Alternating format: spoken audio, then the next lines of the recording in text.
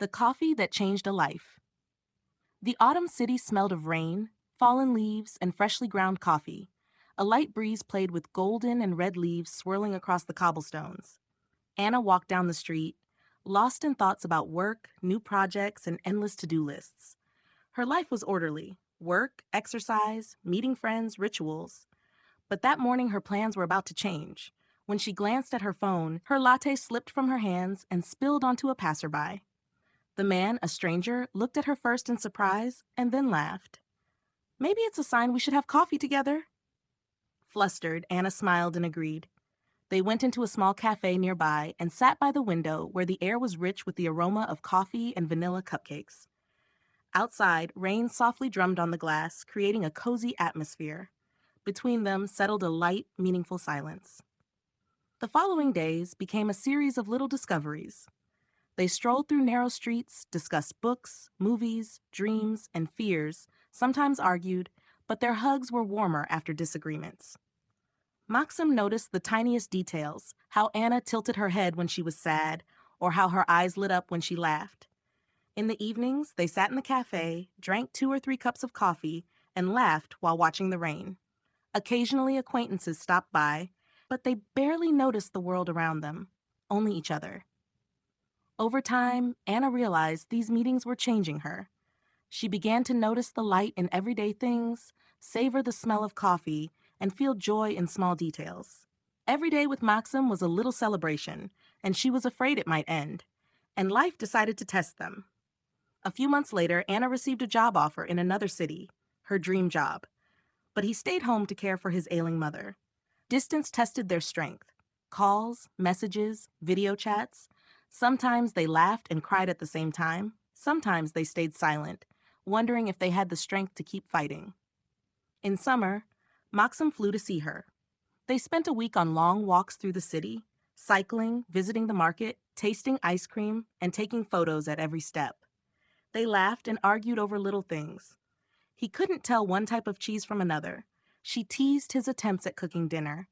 In these details, they were learning to love each other every day.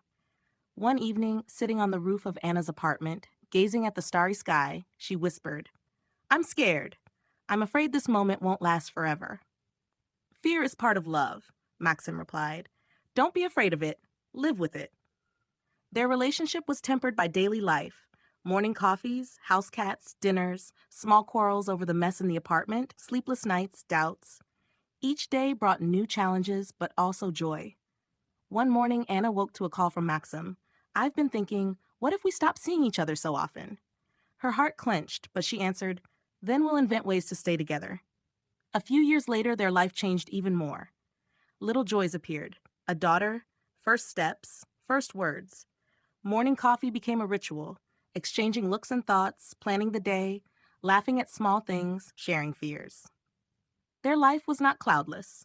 They argued, sometimes stayed silent for hours, sometimes grew jealous, fearing to lose each other.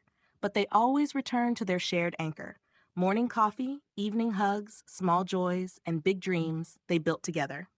In summer, they went to the sea. Mornings were calm, scented with salty water, evenings warm and loud with their child's laughter.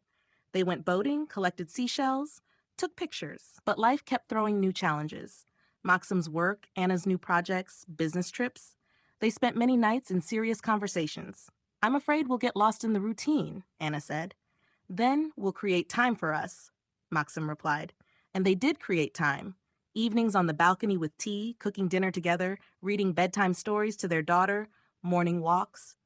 Every detail of life became a ritual holding them together. Years passed. Their life filled with small rituals: morning coffee, walks, cooking, their child's laughter, quiet evenings on the couch. Every moment a small celebration. They knew it had started by chance, but now they held on to each other tightly, every day forever. One winter morning, Maxim gave Anna a key to his home. "I want this to be your home too." She embraced him as if that key unlocked her whole heart.